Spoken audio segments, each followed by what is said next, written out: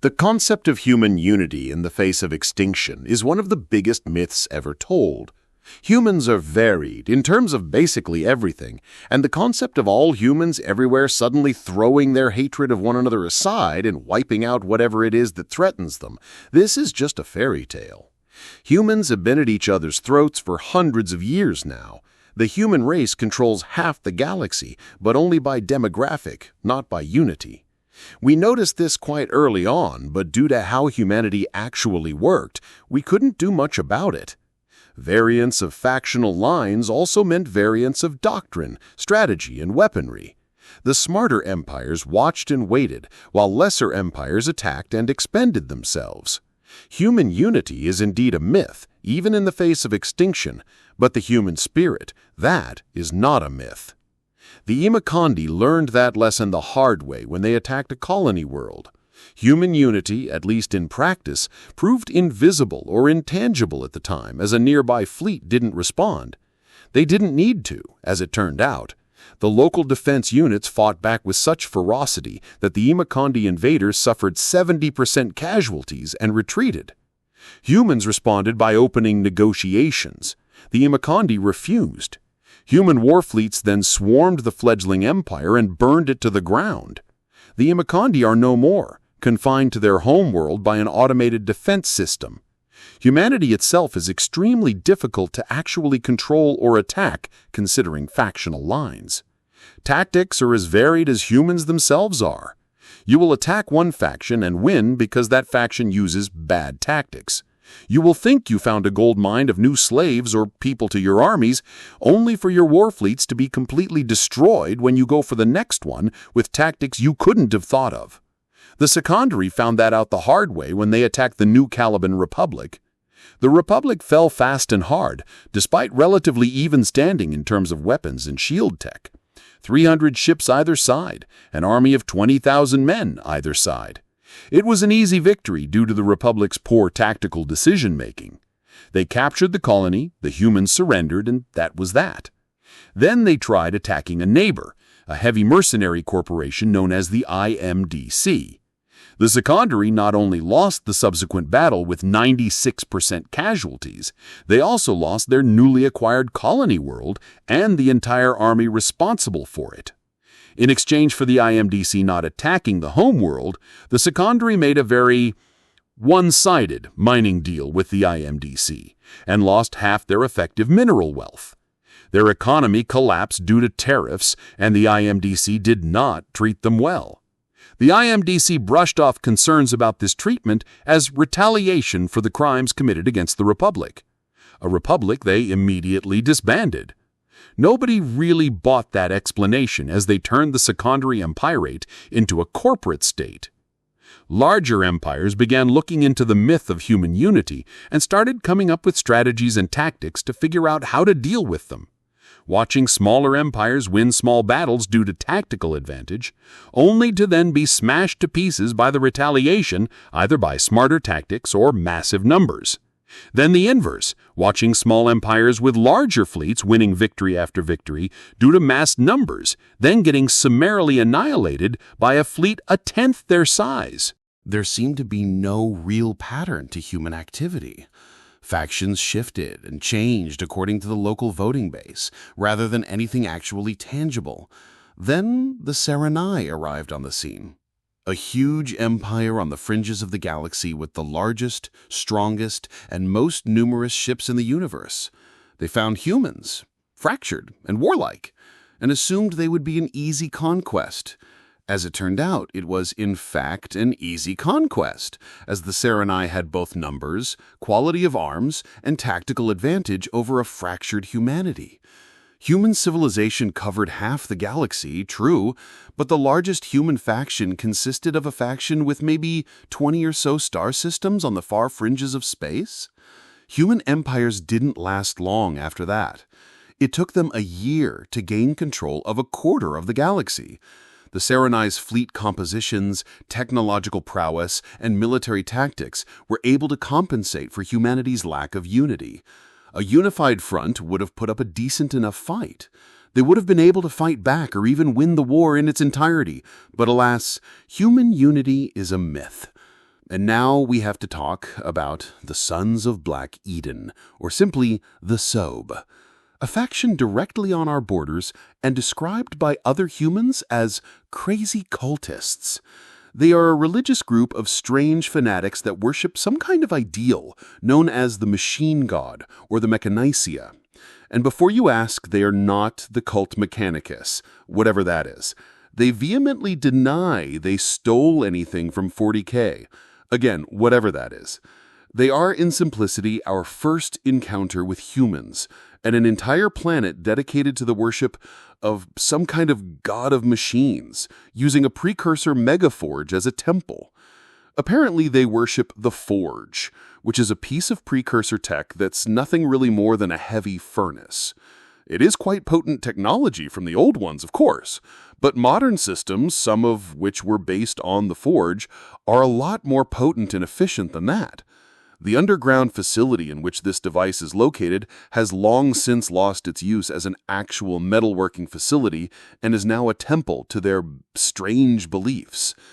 These humans, though, had one simple aspect that differentiated it from any other faction. Their ships are planet killers. The entire cult has a fixation with technological and scientific advancement, mixed with a religious fervor to build as much as possible, as fast as possible, to expand the will of the machine. As a consequence of this abnormal fixation with machinery and tech advancement, they are highly secretive, highly dangerous, and build ships that are 10 times the size of the galactic average, with weapons that could wipe out entire fleets. They also have some kind of twisted, strange variation of justice and fairness. So here is where the crux of the story comes in. At the point where it mattered, the Saranai suffered their first major defeat at the hands of a human empire known as the Red Sand Coalition. The Saranai fleet arrived, announcing their intentions to conquer all humanity. The Saranai fleet warped into the star system at the worst possible place, with the human fleet allowed to hide behind the planet and sun. Saranai opened communication channels. That was the worst mistake they ever made. The exchange would go down in history as the dumbest political decision ever made by a sapient life form.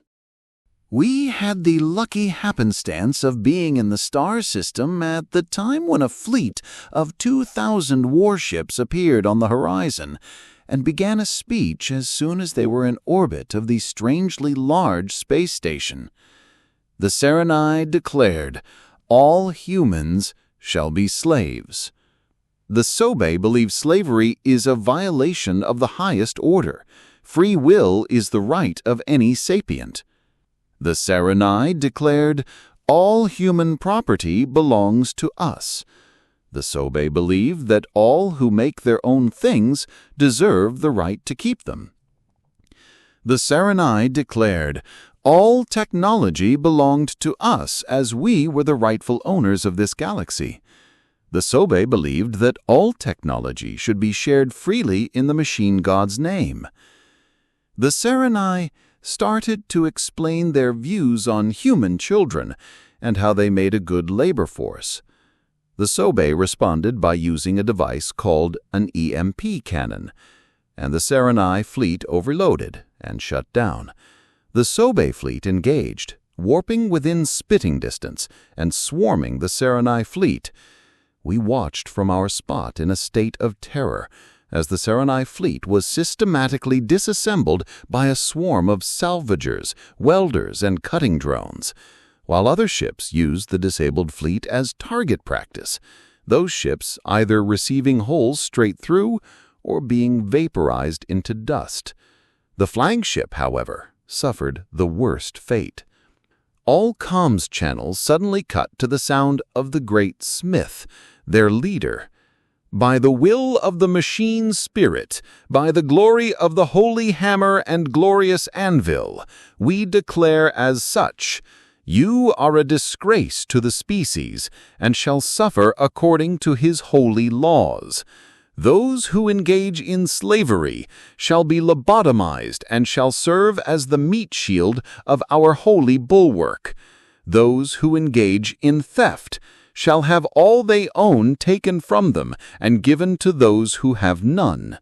Those who harm children shall be sterilized, and the future will be brighter, knowing they cannot influence it. Those who steal technology shall, in his holy name, be cast back to the oblivion of rock and wood. This we declare. As promised, the Sobe fleet released the most horrific thing we had ever seen, and hopefully would never see again. The Sons of Black Eden, a name which now lives in infamy. The Saranai Imperium lasted less than a year after this, with every planet they took returned to its previous occupants, and its occupiers punished in some of the most vicious ways possible. Those who kept slaves, lobotomized and repurposed for war with cybernetics, forced in a fully conscious and aware state to act as meat shields for the Sobe's armies. The horrific process of these poor bastards being systematically hunted down, strapped to a hospital gurney, then put on an assembly line that tore off their limbs, ripped out part of their brains, then replaced the lost parts with machine tech. The most infamous photograph ever taken was the sight of a recently converted Saranai slave master forced to use a flamethrower on his own house, while a tear ran down his cheek. Any Saranai official or private citizen that stole any artifact or destroyed any historical article had their property seized and destroyed, accounts wiped, land salted, and home burned down. When the Sobe finally arrived at the Saranai homeworld, they ignored pleas of surrender and blanketed the planet in a barrage of EMP bursts. Then the Sobe began a campaign of destruction that left all industry and technology in flames and ruins. The punishment for stealing tech was apparently the Sobe sending you back to the Stone Age. The punishment for harming human children, oh yeah, the Sobe basically gathered all Saranai children under a certain age and forced all other human empires to begin mass adopting them as part of human families at gunpoint. Within one generation, all Saranai culture and tradition was erased.